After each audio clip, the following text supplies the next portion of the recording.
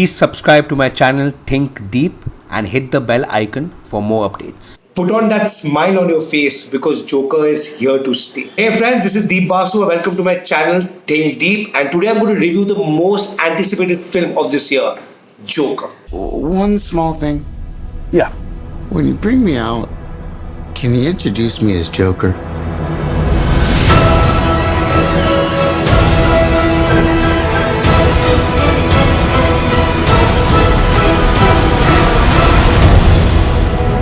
I don't know how many of you know this. 1960s, Cesar Rosario was the first actor who portrayed a character Joker. That time Joker was more of the comic book feel. It was caricaturish, so people did not give much importance, or the character did not gain much recognition. In 2008, if you remember, Christopher Nolan had made Dark Knight and Heath Ledger had superbly played the character Joker. That time all of us were so impressed, we thought no one can touch that character, no one can beat Heath Ledger. In 2016, Jared Leto played the character Joker once again and he failed miserably. So that time we were rest assured that Heath Ledger is the best Joker till date and no one can beat him. Because that time in our minds, Heath Ledger was the ultimate Joker and we thought no one could beat his performance. Last year, end of 2018, when director Todd Phillips had announced and released the teaser trailer of the film Joker. By the way, it's the first standalone film produced by DC Films. Post Dark Knight, when the character Joker gained a lot of recognition, DC Films decided to produce a standalone film talking about the origin of this supervillain. So when Todd Phillips announced it, and we got to know that Joaquin Phoenix was playing the character Joker, there was a lot of anticipation. Some people thought it's a wrong move. Some people thought that this standalone film will not work. And many people were comparing Joaquin Phoenix to Heath Ledger. Like I myself had doubts that whether Joaquin Phoenix will do justice. Finally, Joker has released, and let me tell you, I take back my words. Joaquin Phoenix is one bundle of talent. Believe you me, Joaquin Phoenix has surpassed all our expectations and has given us a Joker which we were not expecting. A big applause for Mr. Joaquin Phoenix, sir.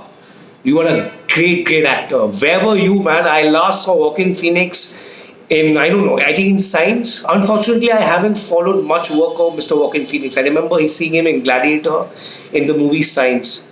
But trust me, this actor has a hell lot of potential, and this Joker will definitely change his career and is definitely a turning point in his career. This story takes place in the year 1980s in a fictitious city called Gotham City. If you are very familiar with Batman and his characters, you'll get to know what Gotham City is. Even Batman lives in the same Gotham City. Joaquin Phoenix superbly plays the character Arthur Fleck, who's a miserable, poor loner and aspiring stand-up comedian who stays with his single mother in a scuzzy apartment. Poor Arthur has a neurological condition that means he's liable to break into screeching laughter at inappropriate moments.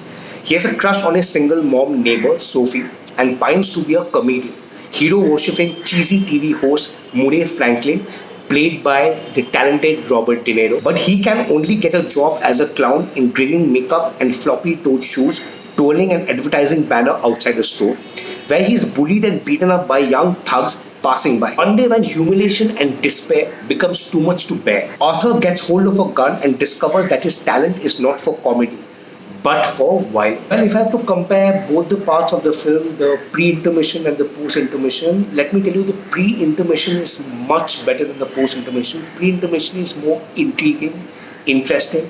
It invests a lot into the character Arthur Fleck. He talks about his background, where he comes from, what it drives him, what's lacking in his life. But the post-intermission, I felt it was kind of rushed. There was not much layers. Definitely the writers were thinking how to rush to the ending, how to bring out the climax as quickly as possible. So the pre-intermission is something you will love. In the theatre I was observing, many people were getting a little bored. They were yawning while watching the pre-intermission. Yeah, I would agree it's kind of slow. It's kind of meant only for the niche audience. That's when the character Arthur Fleck is growing. Is growing onto you.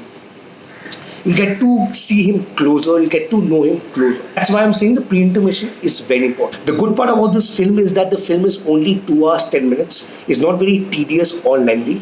But I still feel the writers could have made the second half a little more lengthy. I somehow felt it was rushed. I felt the character should have got a little more time to seek its redemption. Anyway, nevertheless, overall, it's a good watch.